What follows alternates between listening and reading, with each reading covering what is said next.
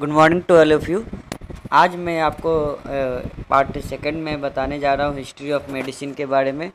Firstly मैंने homeopathy के बारे में बताया था कि होम्योपैथी के फाउंडर कौन थे, डॉक्टर सैमुअल हैनीमैन थे, और बहुत सारा उनका प्रिंसिपल मैंने बताया था। उसके बाद मैंने आयुर्वेद सिस्टम के बारे में कुछ डिस्कशन किया था। तो आज मैं मेनली आयुर्वेद के बारे में मैं समझाने जा रहा हूँ। तो आयुर्वेद आयुर्वेद शब्द जो आयु आयु मतलब होता है लाइफ, और वेदा मतलब नॉलेज ऑफ साइंस, यानी life, science of life. Meaning इसका क्या हुआ? Science of life. तो ये आयुर्वेद आया कहाँ से है? जैसे कि टोटल जो वेद होते हैं, ऋग्वेद, यजुर्वेद, सामवेद, अथर्ववेद, ये जो वेदा होते हैं हिंदू के मैथोलॉजी के अनुसार, तो अथर्ववेद का उप पाठ है, यानी उपवेद आयुर्वेद है, उसी से आया है। तो आयुर्वेद में क्या डील किया जाता है? तो इसमें प्लांट के बारे में डील किया जाता है और उससे बने प्रोडक्ट के बारे में डिस्कशन किया जाता है।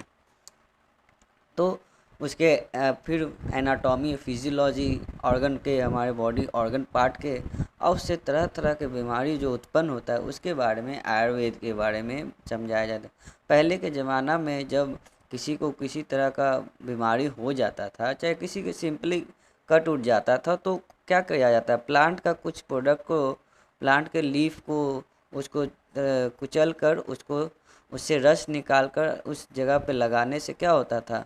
वो जगह पे वो ठीक हो जाता था। देखिए मेडिसिन, जो ये जो वर्ड है मेडिसिन, ये जो वर्ड आया है, ये वर्ड जो है ना, ये किसी के हेल्प से आया है। कैसे? जैसे कि बाय द वे चलते कोई आदमी जा रहा है, तो जा रहा है तो किसी कारणवश वो उसको चोट लग गया। तो चोट लगने से क्या हुआ? सबसे पहले क्या हुआ कि उसको वहाँ पर था मिट्टी डाल दिया। तो मिट्टी डालना, तो मिट्टी भी डालना एक तरह का मेडिसिन का काम किया, जिससे वो ठीक हो गया। तब सोच लिया कि यही मेडिसिन है इस दवा, इस का, तो इसको मान लिया। यही देखा, जब लगातार मिट्टी का यूज़ करने लगा तो वहाँ पर अपशिष्ट डेवलप करने लगा, तो वो कॉम्प्लिकेशन करने लगा। तब उसमें कुछ लोग क्या किए, उस फिर बालू से ट्रीटमेंट कर, बालू उसके ऊपर ढक दिए, तो उसे बोला बालू से ठीक होता है। ऐसे ही चलते आते आते medicine, different type of medicine का डेवलपमेंट हुआ। तो इसमें मेडिकल क्षेत्र में जब हम पढ़ते हैं तो किसी के हेल्प से ही मेडिसिन का डेवलपमेंट हुआ है, ना ही किसी का कोई, क्योंकि किसी का हेल्प करने से ही मेडिसिन का जन्म होता है। तो आयुर्वेद में हम लोग मेनली पढ़ते हैं उसके प्लांट से बना हुआ औषधि, प्लांट के प्रोडक्ट, चाहे एनिमल और फिजियोलॉजिकल, एनाटॉमी और फिजियोलॉजिकल, इस सारे चीज़ को पढ़ते हैं। तो इस सब को पढ़ने के लिए हमको चरक संहिता और सुश्रुत संहिता, ये दोनों के बारे में हमको अच्छे से जानकारी होना चाहिए। तो सुश्रुत संहिता क्या है? चरक के द्वारा जो भी इंफॉर्मेशन, जो बुक बना के उसमें लिखा हुआ है, वो चरक संहिता कहा जाता है। जैसे कि ये सबसे ओल्डेस्ट टेक्स्ट बुक आयुर्वेद का है, जिसमें 341 प्लांट और प्लांट प्रोडक्ट के बारे में बताया गया है। और सुश्रुत संहिता 600 BC में ये इनका आया था। जो इनको सबसे पहली बार जो सर्जरी का जो थे इंडियन इंट्रोड्यूस, पहली बार यही सुश्रुत किए थे। ये आयुर्वेद जो हमारा जो है, आयुर्वेद 3 फंडामेंटल पे बेस्ड रहता है। चलिए देखते कौन कौन।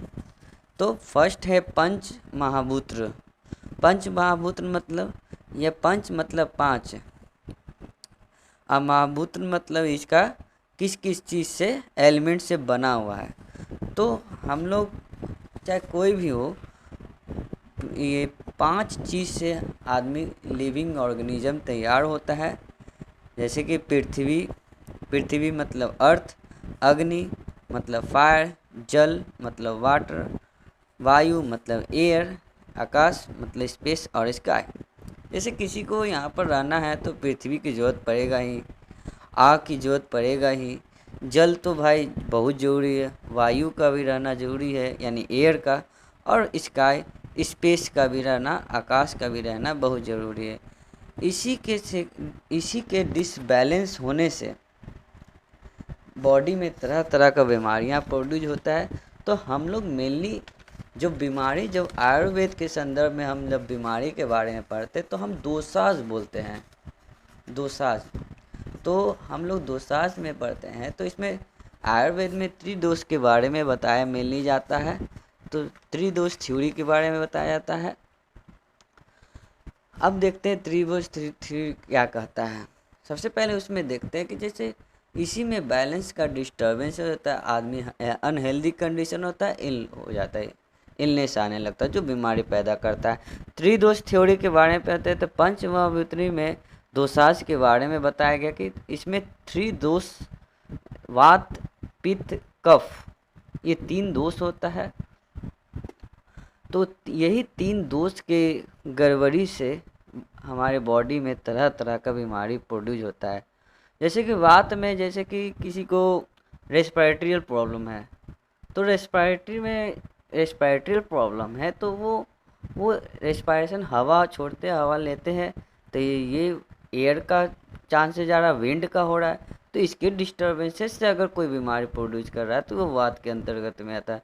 पित्त जब जैसे कि किसी का बॉडी में लीवर से बाइल का सिक्रेशन ज़्यादा हो जाए, बाइल की गड़बड़ी हो जाए, बाइल ना बने, जिसके कारण से डाइजेशन सही से नहीं होगा, जिसके कारण से आदमी को ये दिक्कतें आने लगेगा।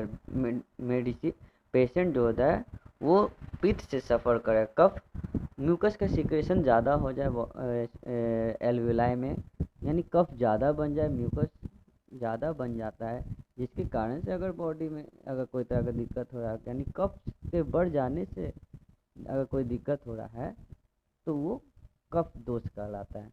दोष का मतलब होता है imperfect balance in the body, body में किसी तरह का इम्बैलेंसेस हो गया, यही 3 का, वात पित्त कफ का, जिसके कारण से बॉडी में डिजीज का आगमन होता है। तो वात में मेनली हम इसमें वायु आकाश दोनों आ जाता है।